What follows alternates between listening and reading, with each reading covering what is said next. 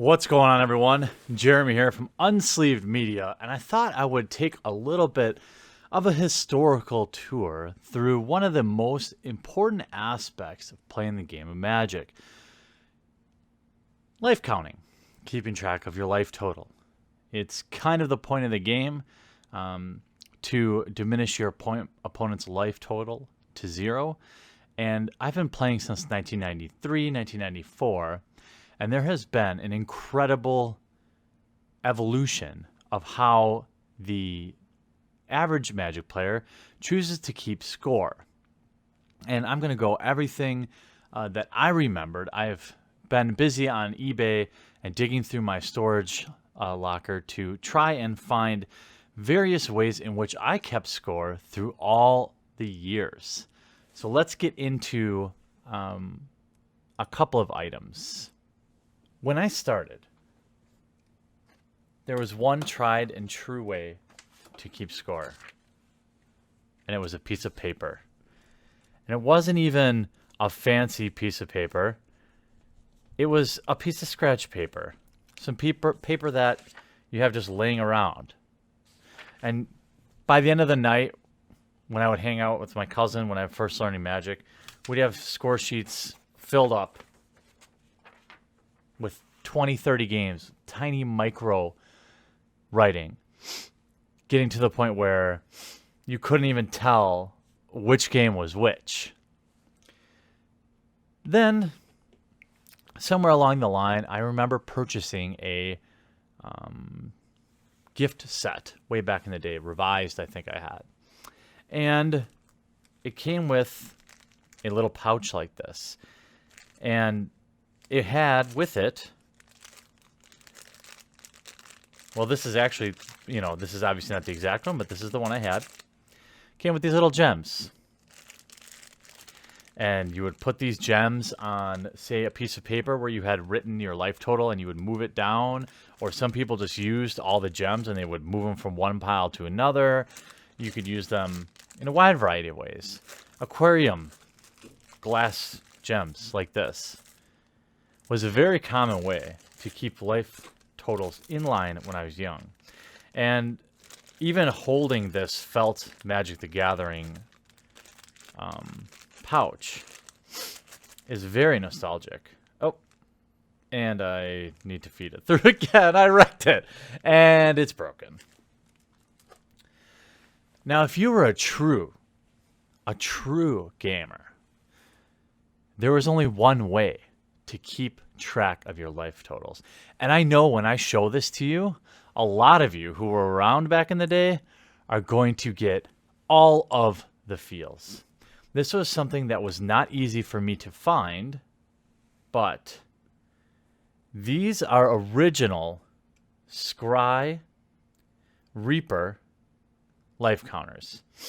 So you had a dial, pewter I think, with various life totals on them. And then this particular guy is the wizard. Pretty simple engineering. You have a hole to go there and then a little dollop. And you just moved it. And it was, it's awesome. You'd be sitting there on 20, you move it down. This was the cat's pajamas. And you could go beyond, right? Beyond 20. If you went over 20, you flipped it over. And then you go all the way up to 40. Just feeling this in my hand makes me makes me remember how important these things were back in the day. And this is an actual original, not a repop. This was made in 1994. I had this exact one, not this particular one. We also saw a different model of the Scry Reaper come out.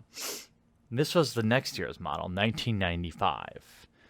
We had kind of this epoxy fill in it, so you could read the numbers better.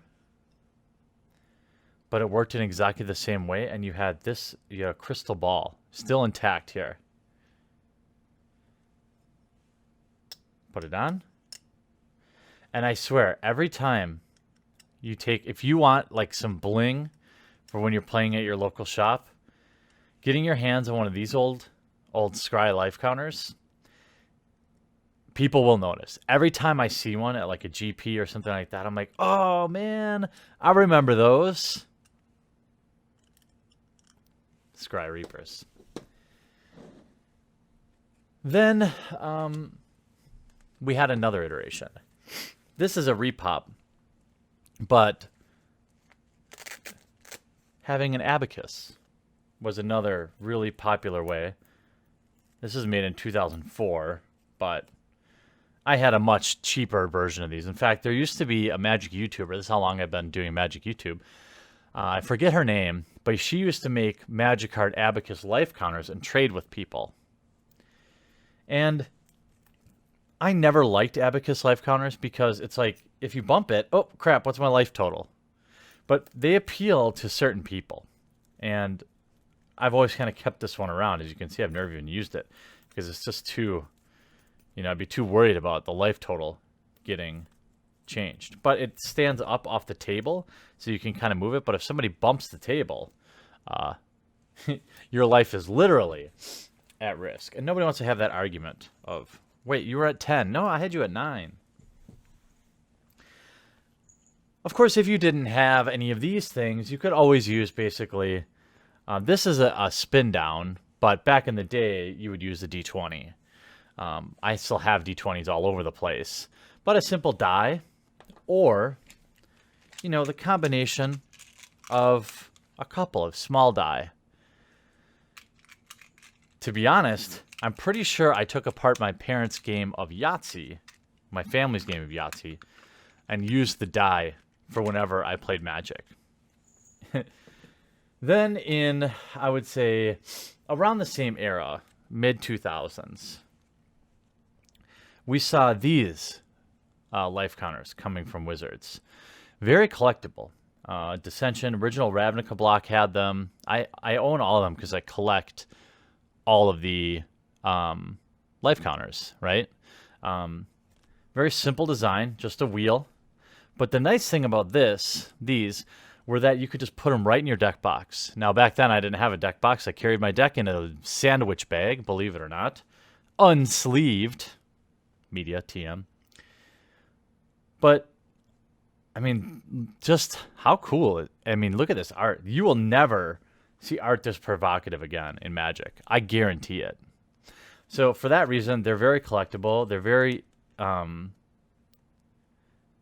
useful. Simple, right? Then that kind of brings us to the more modern era, where we see a lot of interesting things. And one of which is, of course, using apps. There are many apps out there to keep life totals. And honestly, that's what I use most often. Unless I'm looking to show off. Now I'm going to bring these scry counters out at my local game store at pre-release and blow some people's minds. But you can get all sorts of crazy expensive die sets these days. Just showing something. We have zinc alloy heavy metal D20s. These things are heavy. I don't know if I'm going to be able to capture this, but if that, heavy, heavy, heavy. Very expensive, too. And these are made by Ultra Pro. There's a wide variety of just ways to bling out your life totals, but we've come a long way. We've come from basically scratch paper to another thing people use are Boogie Boards. I didn't buy one, but it's basically like a dry erase board that works really great for keeping life totals, and it doesn't waste paper. You can find these types of things everywhere, just score pads, which come in handy. Most organized events give them away for free, but you can also see some of this stuff coming out, these digital life counters. And I don't hate this. This isn't a personal endorsement of Mojo, obviously, but there's probably a million different ones available. But just think, I personally still usually use paper and pen when I'm playing an organized event. But I'd be curious to hear maybe what are some life counters that I perhaps forgot. And I almost forgot one of the most highly sought after life counters of our time. a life counter that was selling for $20, $30, $40 when it was initially released in the Commander Arsenal product, which also sold significantly over MSRP, are these little guys. Made by Wizards of the Coast. Well, not made by them, obviously, but just a spin down Commander die or Commander life counter that goes from 99 to 0. And what I really like about these is it's very easy to tell. You know, you've got the red indicators on the side to know what your life at. And these dials, they don't move easily. Now, maybe over time that those gears wear out. But overall, if I have to carry something, I have to give this particular way of doing it. Maybe not the Wizards made one. I'm sure there are many that also provide this type of life counter. This is awesome. I have to give this one, as I almost forgot my favorite. I had actually set it aside because I was like, gosh, this is like my favorite modern day. It's like this, paper, or now the scry counters, now that I have them, are my top 3. What are your favorite ways to keep score when you play games of Magic? And what don't you like? Is there a particular way of keeping score that you don't like? I personally don't like spin downs because someone can bump the table, the die rolls over, nobody remembers what it was at. But that's what most people use, and of course, I'm fine with it. But I hope you enjoyed this little history of life counters as Colt joins us, and we'll talk to you again real soon.